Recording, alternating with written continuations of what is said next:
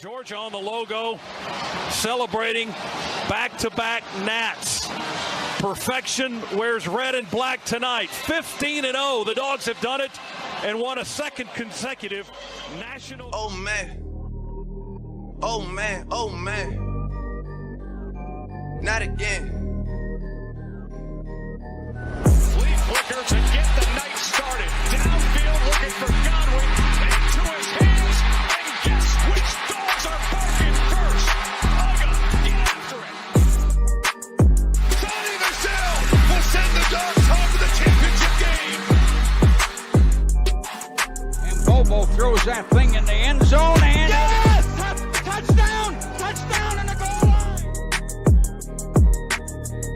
Sigue Ringo, corta dentro, Ringo, touchdown! Georgia! Georgia Bulldogs bludgeon their way to back-to-back. Glory, glory, Georgia, as the fight song says.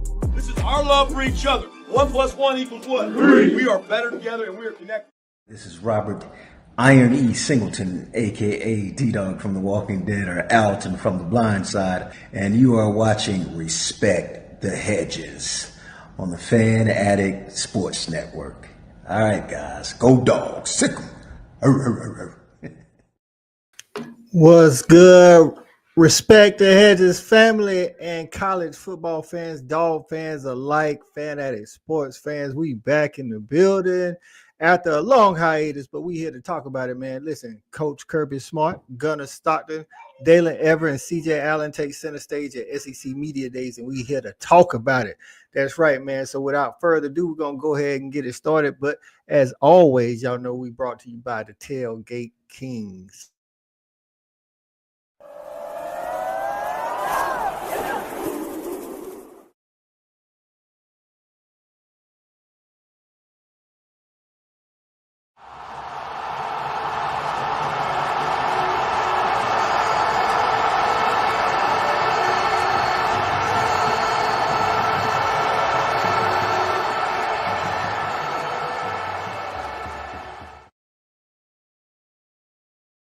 That's right, man. It's your boy, Coach I. We back in the building, man. Despite some near-death experiences for some of the RTH crew, we are here and we are in full effect thanks to God's almighty plan. So, hey, listen, you can't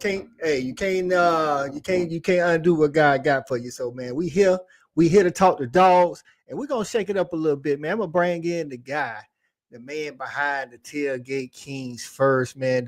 The guy that's listen, man, when I need something done, I know he can sell ice to an Eskimo. He can sell smoke to a cigarette. And this is our guy, JV, former tight end at University of Georgia. What's going on, JV? Man, what's happening, good people? Man, it feels so good to be back in this building, boy. Hey, listen, man. Gator belts and patty melts, baby. Hey, we ready for some rotisserie, whatever we're going to talk about a lot today, man. I'm hyped up. As you can see, we back in the building, Coach. Been a long hiatus. All the folks in the chat, all the brothers that will be able to make it tonight, who won't be able to make it tonight. Let's talk some good dog talk, man, and get this thing going, kick this season off right so we can definitely have another monumental one. That's right, man. That's right. Next up in the building, former wide receiver, is our guy, Corey Allen. What's going on, CA? Mic check, Coach. Can you hear me? You got me yet?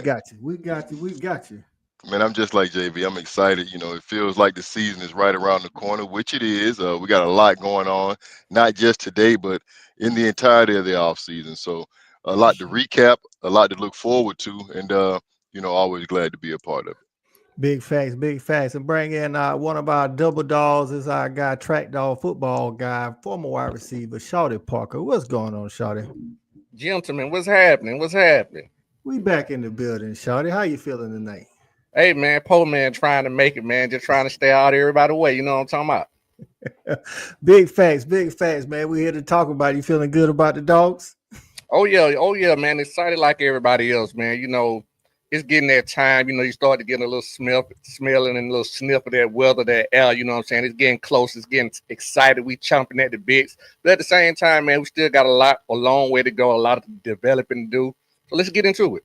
That's right, man. And gonna bring up another one of our dogs, another double dog, baseball and football, former DB, E-Rob, bringing the energy from the real to make sure we on point.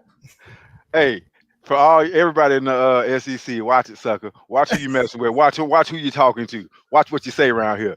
Hey, look here, man. It's SEC media days. When we get to this point of the season or preseason, I start smelling that grass. Shawty kind of said it, but I start, that's that thing I think about with two-a-days.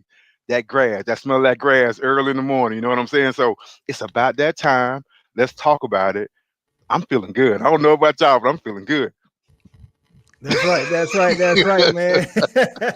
And like only we can do, man, we got a special guest for y'all to join the RTH crew, man. Another damn good dog, man. Former linebacker, man. Listen, played for the Dogs, made some big plays for the Dogs, man. Hey, got drafted, went on to the NFL, he had a good career. Then he went into coaching, man. He coached at the college level, coached at the pro level, most recently Jacksonville Jaguars. We're going to bring him in. Another DGD. It's our guy, Tony Gilbert. What's going on, Tony? What's going on? Glad to be on. Yeah. Hey, Shawty hit me with the invite. I had to come on. Hey, CA. There we go. JB. Hey, all these are great guys. My mentors took care of me when I was at Georgia, so had to come on. Excited. Big facts, man. We here to talk about it, man. SEC Media Days, fellas. SEC Media Days. Kirby Smart was up to bat first today. E-Rob, what's your thoughts on Kirby Smart in these media days, my man? I mean, Kirby Smart is a master when it comes to kind of manipulating the media and kind of getting his message out, the way he wants to present it. So I don't really pay this time really a lot of attention because it's really not for me. This is for those others. So, I let Kirby go out there and he's a master at it. So I don't really need to critique that. I'm more ready, to talk about the X's and O's when we get to that part of it. But right now it's kind of the fluff and all this right here. I'll say this. I think that he has a quiet confidence about Gunnar Stockton. I know we're going to get into a little bit, but I think he does. I think he has a quiet confidence about what this guy can bring to the field next year. All right, Tony, we're going to go to you, man. Just overall, what's your thoughts on SEC Media Days? For us, it's kind of like the start of football season, at least college football anyway. I thought it was great. Listening to Kirby, for me as a coach, man, it's always great to listen to him. He put things in perspective. They tried to stump him with some of these questions, ask him about comparisons. Yeah, do that. Asking him about other coaches. He said, I don't get into that. And he really talked about his team. He talked about the leadership of Gunnar Stockton and where they are as a team. And I really enjoyed it. Hey, I'm with you on that. And I feel like the media was trying to stump some of the Kirby and a couple other players. And we're going to get into that a little bit later. JV, your thoughts on the SEC Media Days, the feeling of football being back in the air? Man, listen, speaking specifically about Kirby, we dealing with an all-time pro when it comes to how you handle yourself when you're in front of cameras and when you're dealing with other people. Kirby doesn't allow anybody to push him into a situation or into an area he don't want to be in. He don't allow people to be able to essentially make him feel like or have him throw out something that's fodder for whoever may try to make it fodder for their team and for them. So, man, Kirby is a super professional, man. As far as like the I didn't even get a chance to look at it as much as I wanted to this week because saying your boy I've been on that grind trying to work a little bit. But what I will say is that I'm excited. Like I'm at a fever pitch right now. I keep on looking at the schedule like it's gonna change every other day. Just pull it up and look at it. Right. Hey, ready for football to be excited, back. man. Hey, Coach, you done hooked up the studio back there, ain't you, Coach? I mean, I know him. What's got going on back there, man? You done stepped your game up a little bit. Hey, listen, new season, new things, man. We trying to get back to the natty, man. We had to do a little different this year, man. You know what I'm saying? So let's go. Shawty, hey, man, day 2, we was on last night talking about day 1. The big dogs was up to bat today. Georgia, Texas, you know what I'm saying? We was up to bat. How you feel about today, day 2 at SEC Media Days? Well, just kind of piggyback on what some of the other guys were saying about Kirby. It is amazing from a psyche standpoint on how he's never really on the defensive. And he always seems to be able to control the narrative and keep, the reporters at bay. It's almost like nobody wants to overstep their boundaries kind of thing. You know what I'm saying? Yeah. So, but yeah, I thought that was pretty cool. But one of the most important things that stuck out to me that he said that we as fans a lot of times don't understand when it comes to talking about the game of football is that he said our roster is compromised of 54% first and second year players. That means we're a very, very young team. And that just lets you know how the NIL and things like that are constantly changing the way rosters are constantly changing. It's hard to keep that depth. And for us to stay competitive and recruit the way we do, once again, hats off to the best coach in the land, baby.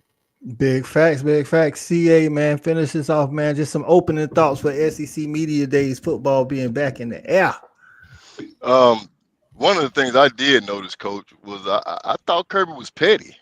I enjoyed it. I thought, he showed that he's been listening to the analysts and reading the papers because he did. Him and Gunner took a straight shot at Paul about that diss on Gunner Stockton and what he did last year versus what he could do this year. And I was glad to see him be a little pissy about it because I think it helps when the team isn't coming off a national championship. We are a little bit more aggressive. I think we went into this whole offseason knowing we didn't do half the shit we were supposed to do, especially competing in the trenches and just being to a man the better player.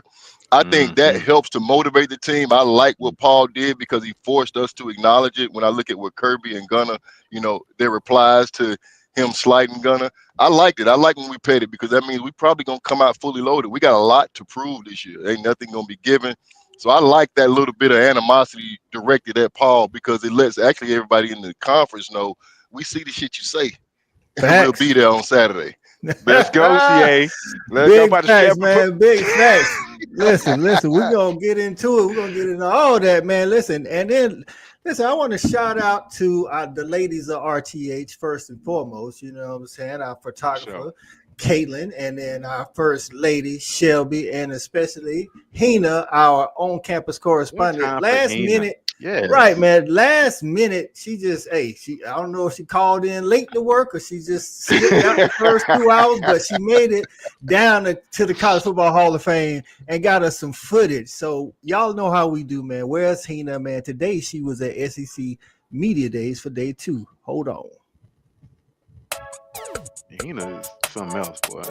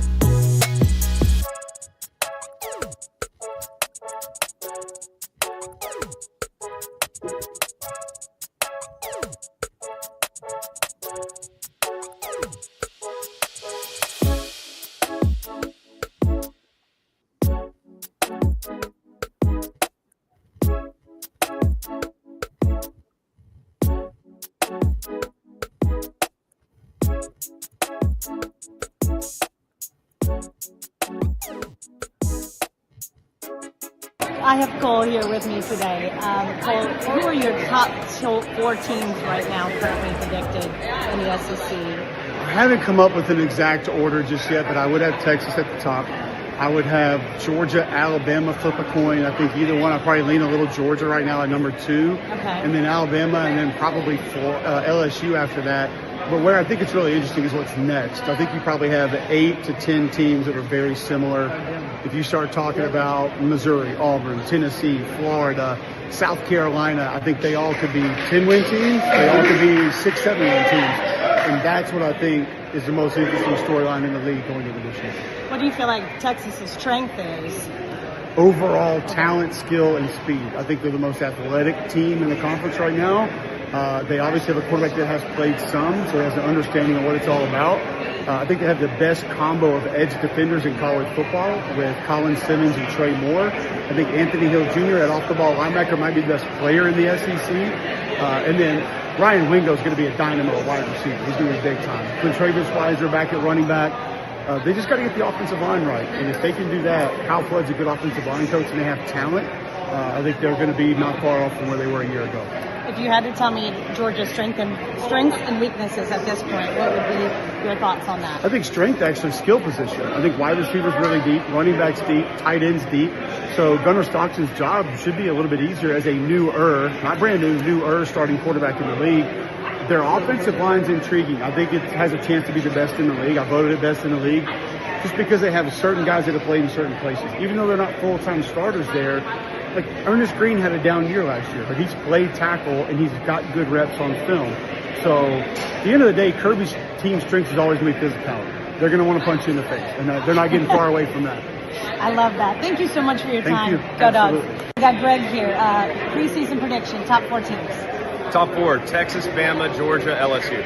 As a former QB, what are your thoughts on Gunnar Stockton at this point? I really like him. We called that Sugar Bowl game and kind of got to watch him and be around him a little bit. I think he's got a lot of game. I think he's going to be a good player. I'm excited to see what he does. I'm excited for him to kind of get to know everybody too. It's good that he's coming to this. Absolutely. Well, thank you so much for your time. I'm excited to talk.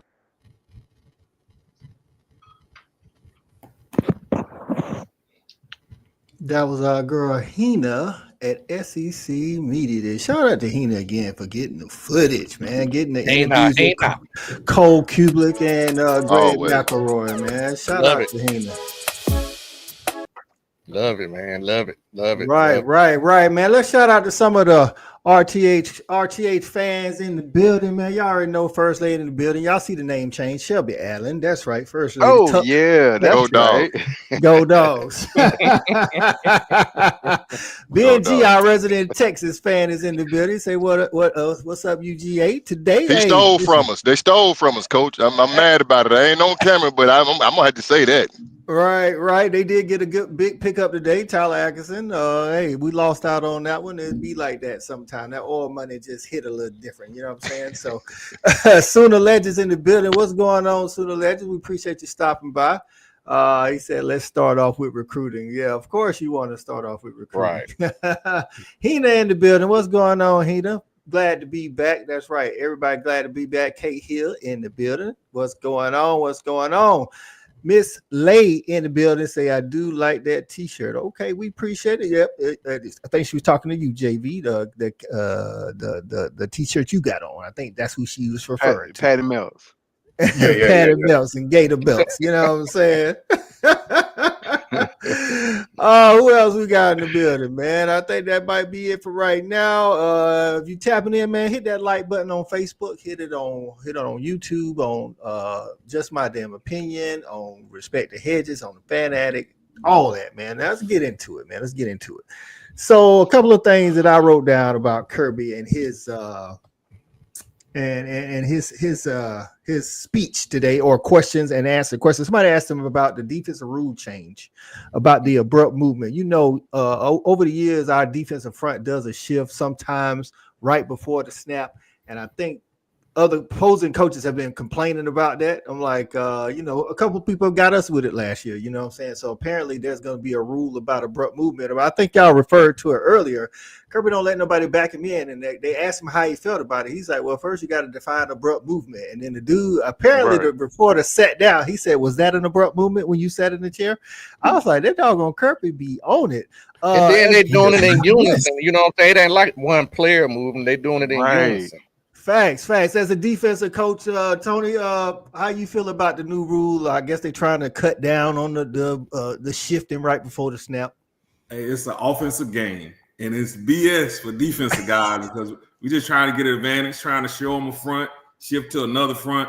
To me, last year I asked the referee, why is it that we can't shift but they can clap and simulate a hard clap to draw the guys off sides. Right. And he ain't really have an answer for you. So, I mean, it's just a BS rule. And I think like you say, it is an offensive game, man. Shawty, you think it's just to try to get, because honestly, when we do it, I don't know if they just that scared of our D line, but we cause a lot of false start penalties. You know what I'm saying? Well, is it trying to help the offense out?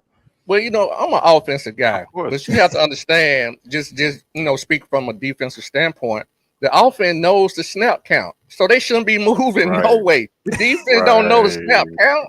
Right.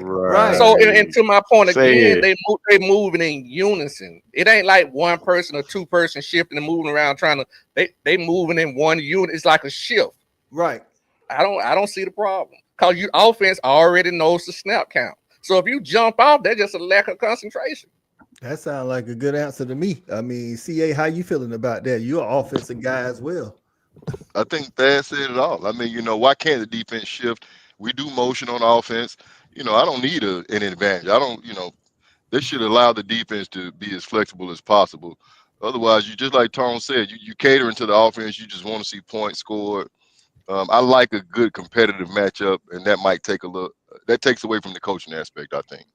Facts. JV, they asked, and I'm gonna let you and E-Rob handle this one, man. They asked Kirby about our secondary. He said, we got, of course, Dalen Everett, but then he talked about the snaps, man. We was 3rd or 4th in the nation with players of being the most players over 100 snaps. How y'all feeling about the defensive backfield this year, JV? Man, you know what? I'm looking forward to seeing some of these young cats log some time. I mean, I think that over the past years we've dealt with some injuries. We've dealt with some guys who really haven't lived up to their standards, and then so that's essentially has decreased our depth that we have on the outside. We need some guys to really come up and show and prove this year.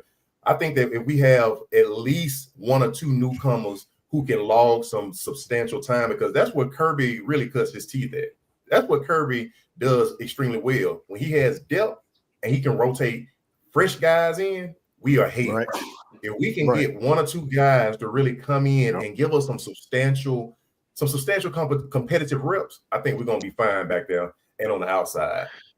What about you, E-Rob, former DB yourself, man? How you feeling about that depth? We got a lot of guys done took over 100 snaps, like Kirby said, even though they hadn't had starting reps.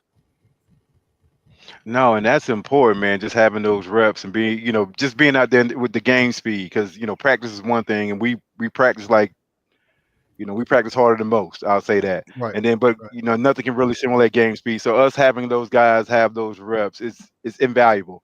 And now it's time to show and prove. You know what I'm saying? Really, the DBs, I think that we have the bodies, but I know this is going to kind of change the answer a little bit. But I think it's going to be really on our front 4, our front 5, our front 7 to put constant pressure up front to help everything that we do on the backside. So I'm looking for that. I know because it kind of all works in unison. So I'm looking for somebody up front or some guys up front to just kind of cause havoc, which will help everybody else in the back on the back end.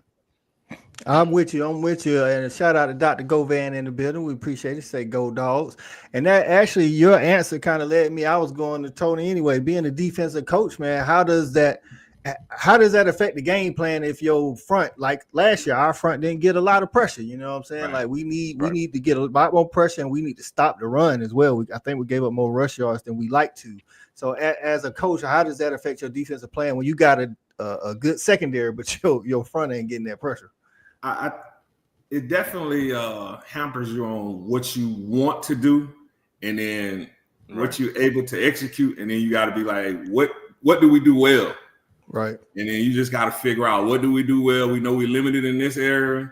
We better in that area. So that's why you just got to carry your game plan to what you do well. But it definitely limits you, though. Now, one of the guys we had at Media Days play your former position, CJ Allen. What's your thoughts on CJ Allen? Hey, excited to see him. That linebacker position, man, I just love what they do with that position. Year in and year out, you got guys who win the Buckets, then they go get drafted, and then you have other guys win the Buckets, go get drafted, more and more guys. So I'm excited to see him. I know Small Monday got drafted. He's taking more of a leadership role now this year, so I'm excited to see him. And I think he'd be one of those other great Georgia linebackers that we've seen in the past. Right. I think too, the junior year, man, that's when they do it, man. Maybe he the next Butkus on the wall, on the wall up in the Buttsmith. Shawty, they tried to trip. See, well, they ain't say try to trip him up. They tried to get some bulletin board material, and it just that doggone Kirby got these dudes trained, man. They say, hey, man, who you think Georgia biggest rival? He said, anytime we get to strap it up, you know what I'm saying? Whoever we playing, it don't matter who we playing. They say what stadium you like playing in? He's like, anytime we get to go on the road in the SEC, it's good. It's like is Kirby having class in Athens teaching these dudes what to say, or is it just the atmosphere? So he learned from the best. Think about it. He learned from the best. Sometimes, in those particular situations, we a lot of people take it wrong, but most of the time, less is more. Right. You know what I'm saying? So you just have to, it's a fine art to that. You know what I'm saying? Once you do it so long, it becomes second nature. You know what I'm saying? But once again, it just goes back to him being able to control the narrative, get out ahead of things, stop it right there, and let me flip it back to. It's almost like he started interviewing them, putting them on the defensive. You know what I'm saying? Right. So, it seemed like Kirby was up there when he was talking. To be honest with you, JB, how you feeling about CJ in that linebacker room, man? Hey man, I want to see him take another step this year. We were really excited about him after his freshman campaign last year.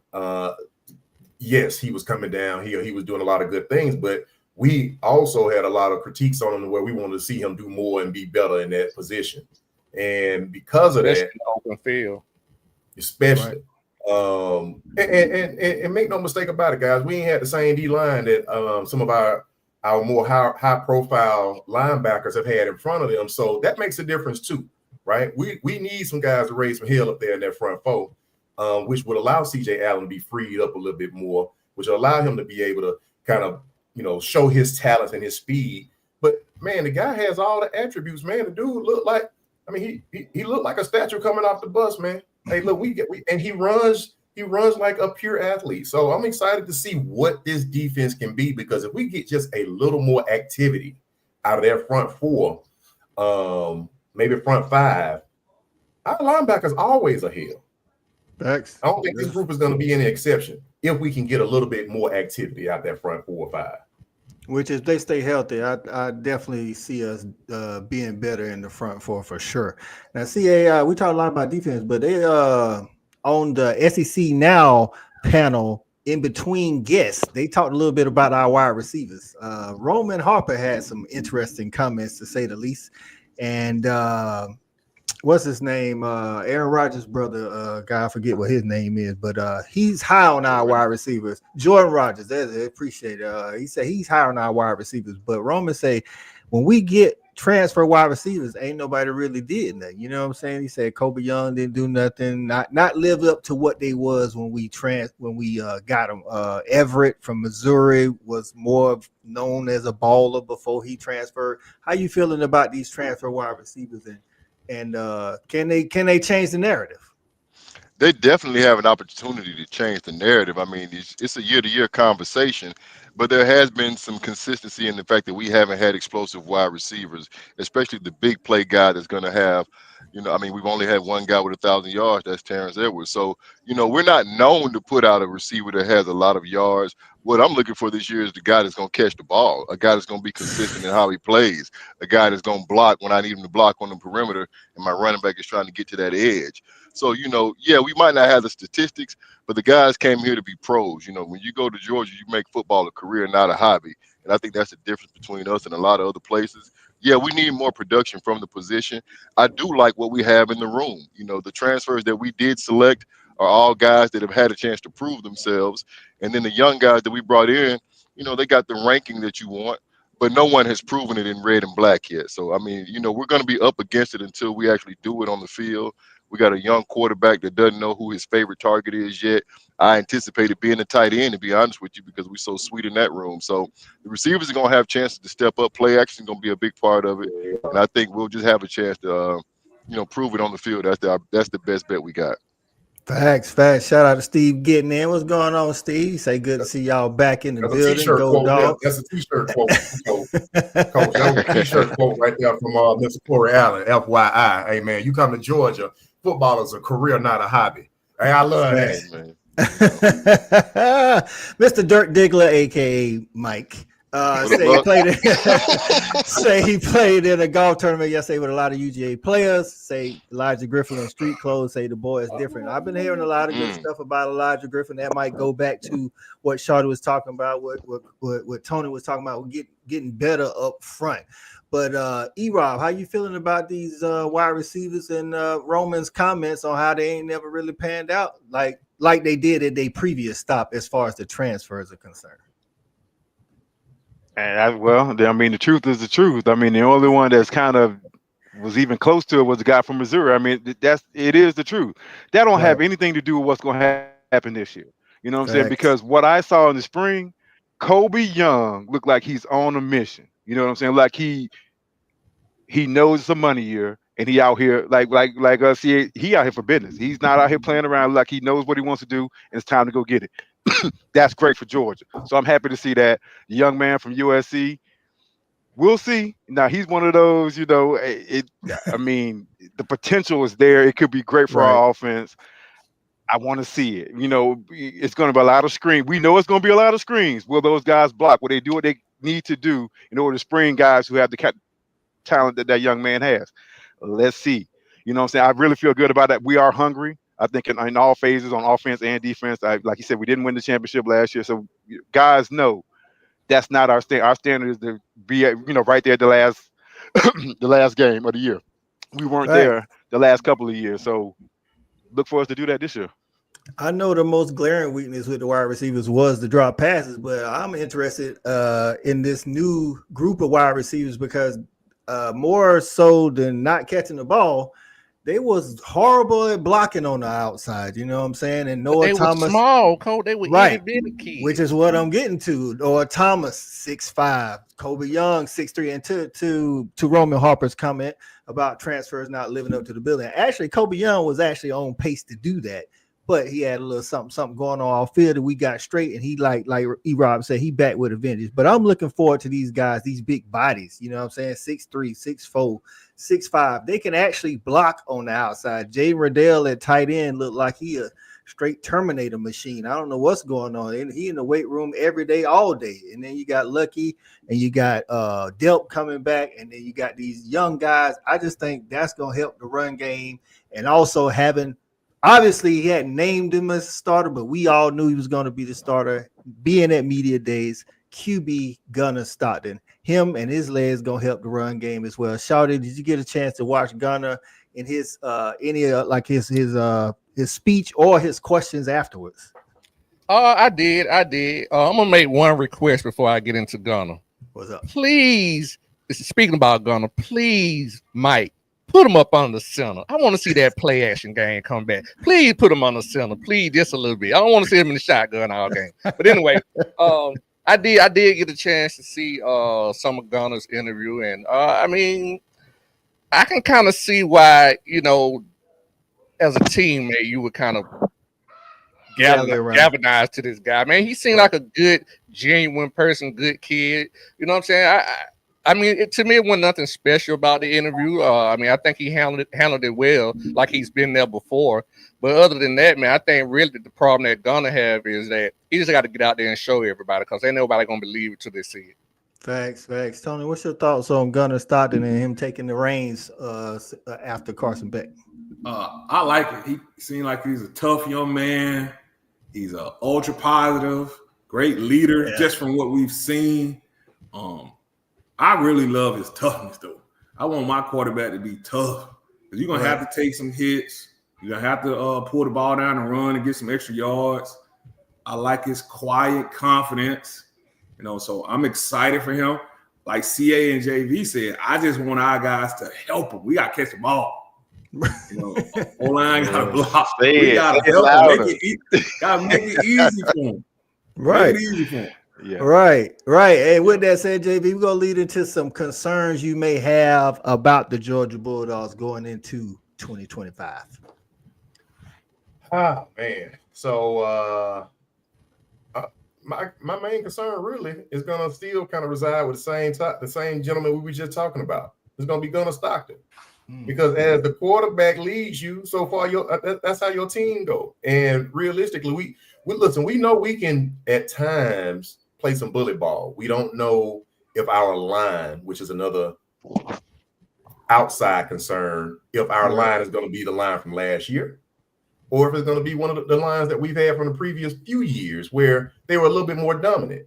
It seems like they had their shit a little bit more together. And so if they don't have their stuff together, we can't line up and just bully ball people throughout the SEC. And so we're going to have a passing game that's going to be adequate. And let me just say this too, kind of, just taking this off of the players. I need my guy Mike to attack these defenses with some game plans that's going to allow us to gain some yardage easily. I got you. We're going to have to out-scheme some guys, some teams, some defensive coordinators, because we can't just bully ball up people. And so, I need our quarterback and our OC to be able to go out there and put a show on. Put a show on that we have become used to seeing from our squad. I got you. CA, next up at the back, man. Any concerns you want to piggyback off of what JB said, or you got some other concerns that you see with the Dogs in 2025? I just want JB to know, man, it ain't a good feeling. You're right, when somebody come and steal all your juice, because I wrote down play calling. I'm worried about my guy. I wrote it down and I'm sitting here listening. You gonna go over my? I said this. Hey, and I didn't even wait till the end to call it. I said, I know he ain't gonna hit me next. Right behind it. See, hey, what you got? Well, right behind you do it. JB said. The play calling. I'm stuck for me, like, man. That's exactly what I'm about to say. It is what it is. I'm going with it anyway, baby. Everybody knows I parade and fan for Mike Bobo. That's my guy. That's my quarterback. But we got the pieces in the building to be successful. I don't care how we put it together. We got to have success. And that's going to really be contingent upon how he puts this playbook together with Gunnar Stockton. I'm not going to give the excuses my quarterback is a first-year guy. I'm not going to give the excuses I'm rotating my linemen. Ain't no excuses because I'm bringing in talented receivers. Whatever. Put it in the pot, cook it, and bring it out right. That's what I need from my quarterback, my play caller, my OC. That's my biggest concern because I do believe the talent is in the building. And that's the main thing I can ask for when I do this recruiting. So now we need to execute on the field, coach. Facts. Stock guy in the building. I rock with former South Carolina committee Gunnar Stockton. Gunnar Stockton was committed to South Carolina, and then we stole him from him. So yeah, we got Gunnar Stockton up to bat. Shawty, just to feed off of what JV and CA said with the play calling, not from a job standpoint, but from a fan opinion standpoint, would you say this kind of like a make or break year for Bobo because he got a new quarterback? He got a new type of quarterback where he's not a traditional pocket passer. He's more of a, read option, zone read type quarterback. Would you say if he does a great job with this offense and a new type of quarterback, would you say that'll silence some of the haters or vice versa? It could be have somebody calling for the hot seat. I don't really think you can always silence all the haters no matter what. But what I will is say this right here. I don't care what nobody think. He ain't going nowhere. We just gave him an extension. He ain't going nowhere. We just gave him an extension. So you can feel how you want to feel. You better learn how to eat it and make it taste good. You know what I'm talking about? Right, Unless you know what I'm saying, he just stank up the building. But I'm gonna be honest with you, man. I'm one of his hardest critics. But that's one good thing about the offseason. I was fortunate enough to go back and I've been able to watch a lot more film. And I have to take some of that back, man. I saw Bobo dial up some things, man, and there were some great plays and great calls. People were just dropping the ball. It was a lack of execution. Just real talk. So, but that don't change my opinion about sometimes the flow and the feel of the game. But I do take back some of those comments that I was mentioning about, just the play calling in general. So my biggest issue, I just think we got to get back to running the football. We was second to last in the conference last year, and I just think that was our major issue. And coming back with the pieces that we do have now, I think we will get back more to maybe that 55, 45 run pass. You know what I'm saying? That's where we need to be at. Right, and to speak on that, Tony, like when a team can run the ball as a defensive guy, defensive coach, how are you changing how you attack this team? Because if you can run the ball, you can pretty much open it up, open the whole offense up. When an offense can run the ball, it is demoralizing for a defense. Demoralizing because you start putting a lot of people in the box to stop the run, then they're gonna go up top. Right. So that just opens up the game for it. And you're just trying to end it real. You're trying to trying to lessen the wounds. Yes, because it's hurt. You're trying to figure out. And you're looking at the play call sheet. You break What can I call? You break people, man. Hey man, it's hard. Now, also to follow up with that, like having Gunner stop them, more mobile, more willing runner than Carson, definitely more athletic, I would say. How can that change our run game, and help this offensive line? Could it open up run creases for against these defenses, because we gonna need it. Having a threat for the quarterback to run is always a problem for defenses. Always. Right. So I think because 11 on 11. Right, because he could keep the ball, what I'm saying? Whereas nobody was thinking Carson was going to keep the ball, so defensive ends is crashing down, what I'm saying? Now, if they crash down, Gunner can make them pay, and I hope they give him the freedom to do so, what I'm saying? Slide. Do you have any, Tony, any concerns, or what concern? I ain't going to say do you have any. What concerns do you have about the 2025 Dogs? We talked about the offense. I just think defensively we can get more pressure on the quarterback. And I'm just looking to see out of the secondary, you got two guys who, going to be playing on Sundays now. So who's going to step up? So for me, Kirby's always done a great job defensively. It's a next man up mentality with those guys. And we've always seen guys step in. But to me, just seeing what that D-line plays, can we get some pressure on the quarterback more than we did in the past? Facts. I definitely second that. I think it's going to be interesting to see who get that starting nod at safety opposite KJ. E-Rob, concerns that you got for the 2025 Dogs? Man, you guys really hit it on the head. Like, we got to get back to running the ball and stopping the run. That's what makes us great. Everything else you can talk about it. Y'all can, we can go whatever. All that's fluff. If you can't run it and we can, you're gonna lose. Period. So my biggest concern for the season for us is gonna be health. Can we stay healthy? Last year on the defensive line and the offensive line, we were banged up the whole season. Don't nobody want to hear no excuses, but that's the truth. So if we can find a way to not be so banged up, because we got depth, but we tested it last year. You know what I'm saying? So we find a way to stay healthy up front. That's going to change everything. Then all of a sudden, all the plays that might cause, all that shit works when you can dominate people up front.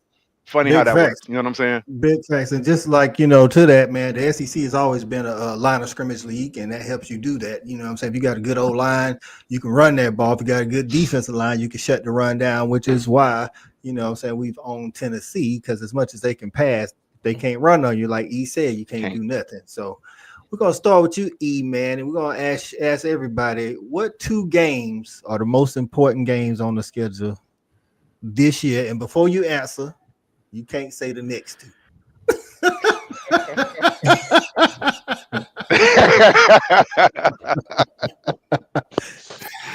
I'm probably gonna have a little different answer than most. Kirby would not be happy. That was the right answer. I know. The two most important games, in my opinion, are going to be game one for what Shawty said earlier, because nobody's going to believe Gunner until they see him. Gunner hadn't had a chance to really play against, a team that we should dominate, where he gets to play and put on the show. So I like to see him get that confidence, have that opportunity. So that's game one, and then obviously for me, it's Bama. We have to beat Bama. I'm tired of it. I don't care how we do it. I don't care if we beat them about 1 point, half a point. I don't care. We got to win that game in Athens. We got to win that game. There it is. CA, same question to you, my guy. Same parameters. I ain't gonna play around. Yeah, Bama and not Ole Miss, Bama and Tennessee. I think getting off to a hot start is important. Whoa. Those are big games early. Bama, period, regardless of where it sits. And Tennessee, I think that's Gunner's first SEC road. So yep. Those are good ones. Those are good That ones. I matter. like both of that. I like both of those. Shawty, what about you, my guy? I mean, looking at the schedule, man, it'll be easy to say Alabama and Texas, but I'm not going to go that route because we're going to get a chance to swing at the bat at one of them teams at least once or twice. So I'm going to probably go with Auburn just because where it's placed on the schedule is right before Ole Miss and right after Alabama and Kentucky. So I'm going to go Auburn and Florida. Oh. I like Auburn too because Auburn is away, and while we beat Auburn, we do kind of they give us a little battle when we down there on the plains, and I don't like that feeling, like you said, where it come from. And I know that ain't to JV's liking because I'm. We be trashing Slaughter. We don't worry about them sorry cats, man. Man, fuck Auburn. With all due respect.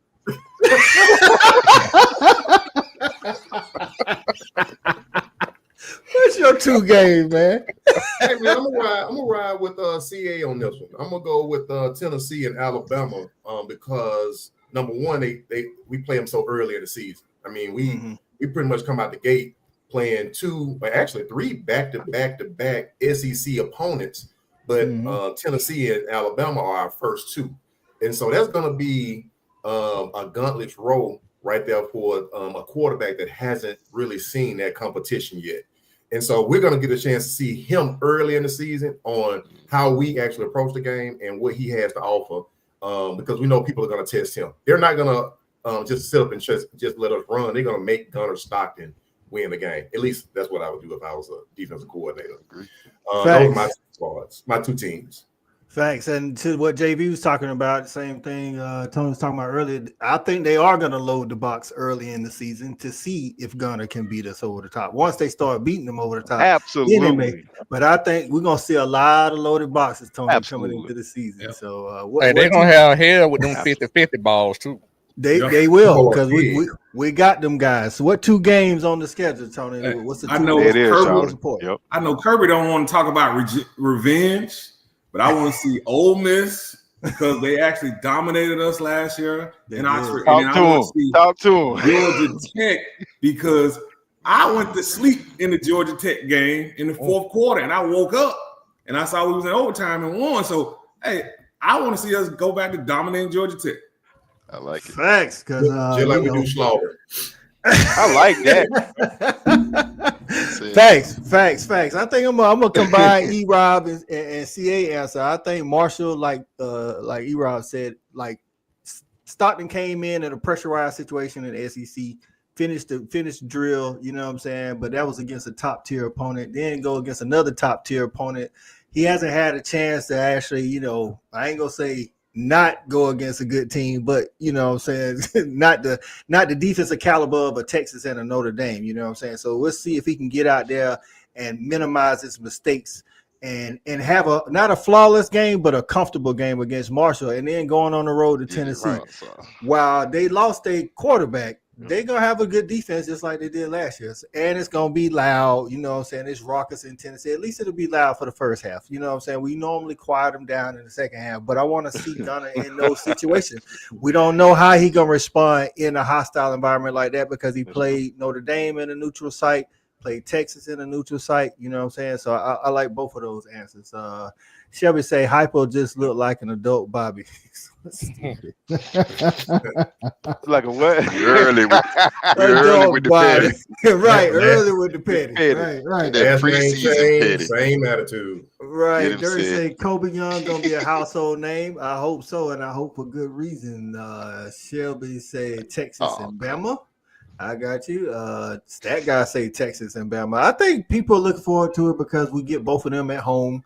They're the other two, contenders to Georgia's repeat of the SEC title. So I definitely get that. And like I think somebody said earlier, like Bama, we got to beat these dudes, man. Like, you know what I'm saying? It just ain't been good. We don't want them to be the ones to break the home streak since we got the longest home running streak in the nation. So, all right, man. All right, let's see what we got here. Let's see what we got. All right, man. Listen, the Dawgs is back in the building. You know what I'm saying? Who else outside of Texas and Bama, Tony, would you say may creep up there and maybe we don't play them in the regular season. Maybe we might have to see them in the SEC championship. What other team outside of Texas and Bama? Texas and Bama. The only team I guess that's scary. I say the reason I say Ole Miss just because of Lane Kiffin. Just offensively, the way he put his game plan together, the way he called plays, we just got to see, of course, who his quarterback. We know his quarterback. We got to see how his quarterback plays early in during the season. But I guess the other teams to me don't really scare me. I got you. Well, if the Ole Miss quarterback play anything like he played against the Dawgs in that one drive, then the league better watch out because he went through our defense like hot knife through butter. JB, outside of Texas and Bama, is there another contender in your mind? Contender? No. I would say the only other team, like Tony had pointed out. Look, man, I don't have no time to be playing nice in the sandbox, man. I'm here for all the smoke. I don't care nothing about nobody's feelings. They know what it is, man. We gonna come and do what we normally do. But like Tony said, Ole Miss is the only team, and they're not being talked about at all. Nobody's really, putting them in the conversation. And so I think that Lane does a good job, and he's a great coach, especially when it comes to offense. And they stepped their game up defensively last year. So that would be the only other team that could possibly pop up in my mind right now. Gotcha. Kate gets in on the two most important games. She say Bama and Tech. Yeah, I know a good portion of the Dawg Nation want to get back to Dragon Tech and not having these close games at the end of the season. We'll get back to the norm. You know what I'm saying? Right. They recruit too, though. They do recruit, and them dudes like me and Shawty was talking about, like that dude, like the quarterback and the coach. They life's mission is to beat Georgia. Like they don't care about. We heard that dude's soul last year, bro. Like he really looked like somebody had killed his dog at the end of the game last year. Listen, that hug, Kirby was. I'm like, man, hey, one of my kids would have told me, Daddy, hey man, let this man go. Too much. He definitely did. Heena gets in and says, what about LSU? I think LSU, at least some of the talking heads are definitely high on LSU. Shawty, what about you? Contenders outside of Texas and Bama to try to stop the Dogs from repeating as SEC champions? I mean, I think Heena's kind of stole my thunder. I was going to go with LSU as well. But I just go a dark horse. Like I said, they kind of on our schedule, man. I really just had this feeling, again, because I had a chance to watch film. If DJ Ladway stays healthy, I really think Florida can be a deadly team, man, because they got a pretty good defense coming back as well. So I think they could be a kind of a dark horse. I got tough you. schedule, but I was about to say one of the, if not the toughest, one of the toughest in the nation. Definitely top 5. Stat guy says them South Carolina Gamecocks will be waiting on the Dogs in the bins. You make it, we'll see you there. They selling package. They selling packages, ticket packages. They be with Still all real of it plays today. out there in front of the dome. Right. E-Rob, any contenders outside of Texas and Bama to stop these Dogs from repeating? No.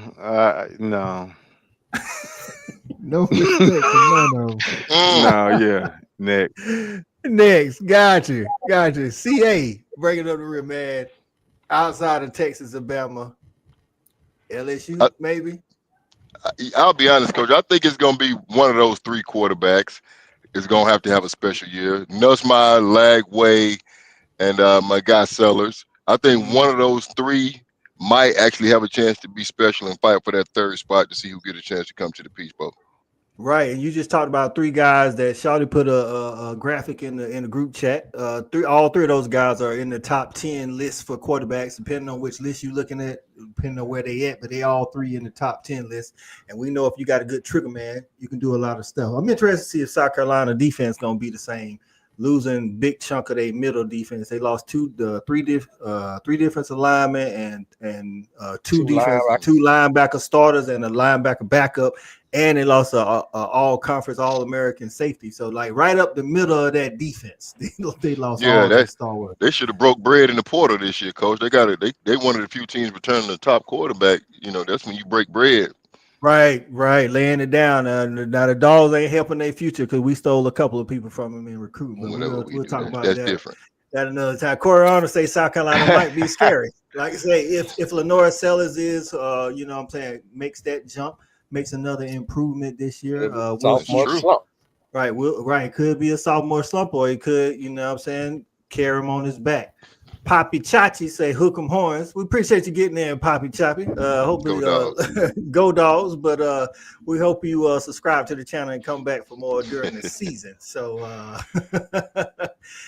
Shelby say telling Caitlin it feels personal against Tech. Listen, man, we gotta keep little brother at bay, man. We can't let them dudes start getting no confidence about themselves, you know what I'm saying? Yeah, Kate, I know. They say Kate Hill, for everybody that don't know, her son is at Tech going to Tech for his freshman year, and they already talking a mess. Hey, listen, man. Listen. Oh, they talking mess? All right. Listen, tell them we respect this decision.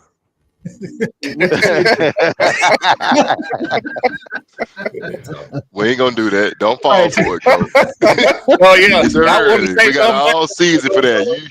You almost crossed the line. It's preseason, Coach. He ain't even got his other shirt. That's her baby. His decision. We That's her respect baby. his Oh decision. man. Right. Do your thing, I ain't mad at him. Yeah. Not really, but I ain't mad at him. So dude was ugly crying on TV talking about Georgia Tech coach. He really was. So but that's what I like to see. I like to see him walking off thinking he ain't got no more life in him. So you know what I'm saying? That's how I like to treat Tech and Slauber, to JV's point. I don't want to give them nothing either, because Hugh Freeze out there talking about how they was. That's what he talked about a lot today at SEC Media Days, how they were so close in some of the games, and then one of the reporters say, well, you're 0-4 against Georgia and Bama. How you going to correct that? He said, well, we almost beat them, and I want to keep these coaches like that, making excuses. You know what I'm saying? That's kind of what we heard from Hugh Freeze all day today. I think we're going to be Auburn the last 46 out of, 47 years. It's been bad. It's been bad. I'm telling you, it got bad right around Tony time. You know what I'm saying? It got bad because I had to tell somebody. He's like, I mean, Auburn get y'all tough. They tough y'all every year. I say, man, check it out now. I say, man, the last 14 out of 17. This is a couple years ago. I like the last 14 out of 17. They took them L's. Now I'm like, Mark Richt didn't play that. He changed the game on Auburn and Tennessee. He's like, none of that. That's true. Hey, Coach, I got a question for Tony. Yes, sir. Bro, good to have you on here, man. We appreciate your time. Quick question: as a legendary linebacker that had a chance to, show off between the hedges and do it on Sunday, can you give me your top 3 Georgia linebackers? Guys that you had a chance to appreciate, watch, whether they came before you or after you. I need to get you. You can give me 4, but I'm asking for 3. Got to go around the Godfrey. Why not? That's South Georgia Connect. Look at y'all. Around the Godfrey. My man, original number 3, my man from Macon County. God, one of the buckets. That's the first one kind of started. Roquan. Look at you. That's a good 2 you starting out right now. Just don't say Tony Gilbert. No, I'm not gonna say my name at all. Oh man. Hey, I'm gonna say to me. Cause you up there. I was about to say we did. To me, he don't get enough credit. But I'm gonna say this to me. Greg Bright for me. Ooh. Just because Greg Bright was so smart. Yeah. So Shout smart, out. made a lot of plays. And then my 4th one, I can't say Thomas because Thomas didn't play linebacker at Georgia. He played safety. We feel you on that. We was looking at one of them lists that had him at safety, but we knew that was his position. But yeah, we knew he was out of position. Next level. You know what I'm saying? Come on now, you done win Moultrie, you done win Macon, you done win Val Ulster. I mean, what you got a theme running. South Georgia, yeah, right? Hey, heavy. We all played 9. And y'all can appreciate this because he took care of me too. Arantez Grant. OG. City boy. There we go. One time we're done with it. That's a hell of a list. I'm glad I can speak to at least 2 or 3 of those guys. I had a chance to see. I came in admiring Randall, watched him played alongside Greg Bright and see him lead the team in tackles for years. And then a young OG stepped in my senior year. He was a sophomore and didn't get off the field till he had to go to the league. So shout out to all of them. And we all watch Roquan do his thing. Hey, funny thing, Rounder came to one of the games and he walked up to me again. I'm JB gonna laugh because I used to play Sam and I used to have to I used to get caught up under his armpit. So I'm proud. I give myself 6'1". Round about 6'3". He walked up to me and said, "Hey, you wearing my number? Do something with it." Ooh, that matters. Yeah, it does. Right. We got a question from the comments. Stat guy say, Tony, what was your favorite road SEC game while you was playing? Tennessee, going up there to Rocky Top. We beat them in 0-1, which was the first time we beat them on the road. And it was a long time. Long time. I can't speak to it. It was great to be able to, because you were so tired of hearing that Rocky Top song, to be able to quiet them was great. And it's been on ever since. You know what I'm saying? Been on ever since. Dirk gets in and says, we need to work the middle of the field way more than we did last year, heavily skewed to the perimeter. I don't know if you're going to get what you want there, Mike, because we're going to be going 50-50 ball down. That's going to be on the sideline, and we're going to be doing most screens with playmakers. Dirk Dickler got an angle. He got an angle. Right, we ain't gonna do that. But I know why he's doing it. I want to see him ball out too, Mike. He gonna eat. He gonna eat, baby. Don't worry. I want to see him eat too. Listen. Yeah, you got to give me one more. Number 17. Nakobe. You got to give me just because his leadership. And then when I met him, when he came, he interviewed with us when he coming out for the draft. I didn't realize how small he is. Yeah. And who is that? He plays huge. Nakobe Dean. He plays. He plays bigger than his actual size. Yeah. So I gotta throw him. I respect. Hey, Tony, you may have already mentioned probably some of these guys, but generally when we have players come on the show, I always ask the same question. But before I ask you the question, I'm gonna say this right here, man. It's very rare in life that you meet individuals that are very good, genuine people. Shout out to Brett Milliken. He's another one. But I'm going to say, man, shout out to you for not only being a damn good dog, but just being a good person, man. You're one of the few people that you run across in life and that's genuine and just who you are. Never heard nothing bad about you. Good family person, just a good guy. So shout out to you for that and coming on the show. That's Evelyn and Milton. That's my parents. They put that in. I can't take credit for that. It gotta be my parents. Shout out to them too. I like that. I like that. So my question would be this here, man. You was a stud coming out of high school, man. Most of us were studs coming out of high school. But when you got to Georgia, what were some guys, players, or whoever it may have been that you saw that made you say, hey, man, if I want to get on the field, I got to get my shit together. I got to get better with it, be in the weight room, film room, or what guys impressed you when you got to Georgia? Man, it was so many because you got to think when I got to Georgia, the linebacker room especially was so crowded. You had OG, Mike Lucky, then they brought in Spoon, Adrian Hollishead, Fofo. Then they brought in Spoon, Boss, Kawika Mitchell, who transferred and then went second round from South Florida. Yeah. So it's a deep room. Then they brought in also in the spring, they brought in Kendrell Bell and Jesse Miller.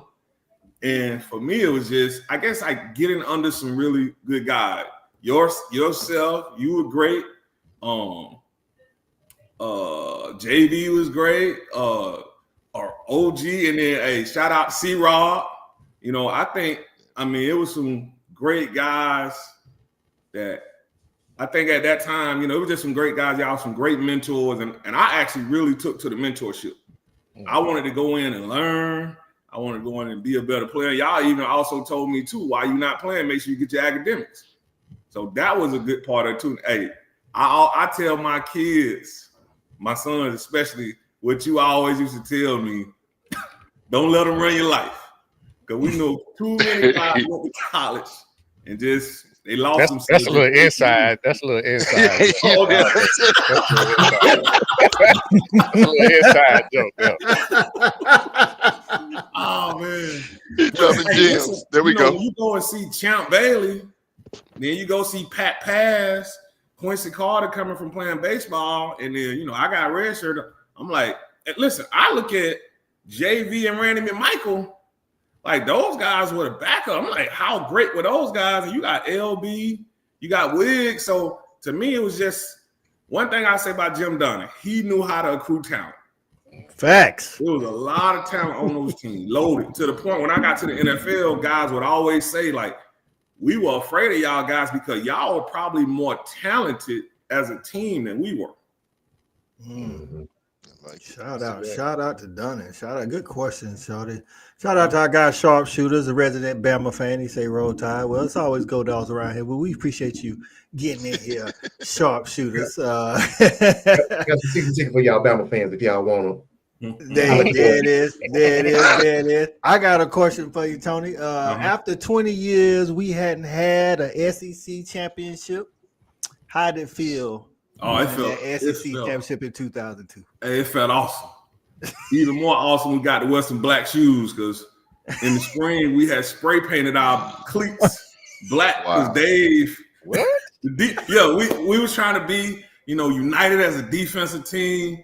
We done got over to the butt mill. We done got some spray paint. The whole defense done spray painted our cleats black. We like, hey, we gonna have a great spring. Mark Rick kicked us off the field. So Dave Allen told us, he said, if y'all win the SEC, I'll order y'all black shoes to go to Atlanta. But then before the Georgia Tech game, he was like, if y'all lose the Tech, y'all ain't gonna be able to wear these black shoes. So that's when we beat them like 51-7. He moved the goalpost on y'all. I was in the bit. Yeah, he moved it. They had money on that game. They had money on the game. Right. He probably did. Shout out to Dave, man. Right, I was in the building for that Georgia Tech butt whooping. Go down and blow them out was great. Yeah, we couldn't stop scoring on Georgia Tech that day. It was lovely. So shout out to Tony, man. We appreciate you coming on the show, man. I know we've been trying to arrange this for a little while. Get you on. You're always welcome to come back, man. Matter of fact, we want you to come back. I will. You know what I mean? Talking dog football. Hey, that's what we do here. It's just the tip of the iceberg. Right. We just not getting into it. But once we get into the season, we're gonna have you back on for sure. Shawty, you got anything before we get up out of here, man? Anything you got going on? Anything you want to shout out? Oh no, man.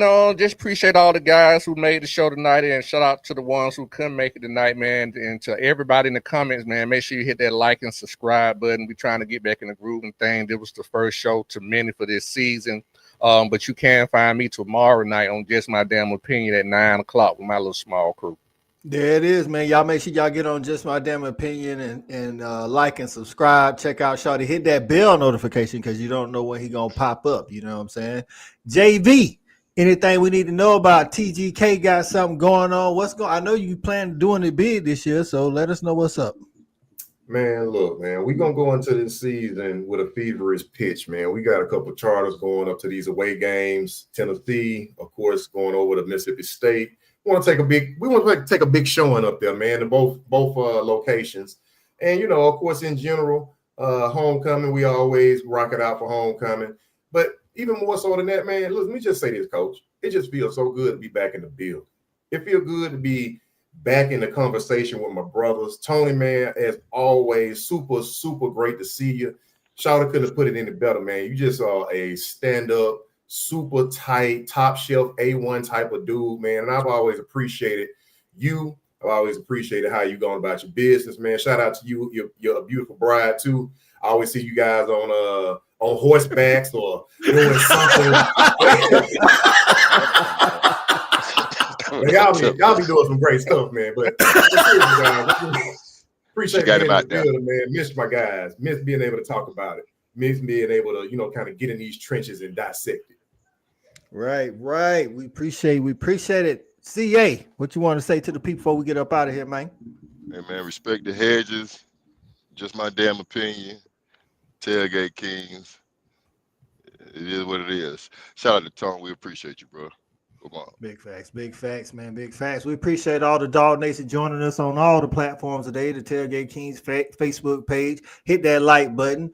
Follow them as well, so you can find out the information about what JB tell you about these tailgates. And Respect the Hedges YouTube channel, part of the Fan Addict Sports Network, the Fan Addict YouTube channel, Just My Damn Opinion YouTube channel. Make sure y'all hitting the subscribe and the bell notification. We're gonna get up out of here today, but this just like the fella said, we just getting started for the season 2025. We will be back next Tuesday to talk more dog football. Y'all don't you don't know who gonna stop by, man. So it might be one of these dog greats I got on my wall. It might be somebody like Tony Gilbert. You never know. So make sure you pull up and spin the block, T. Right. As always, it's respect these hedges and go dogs. Go Dogs.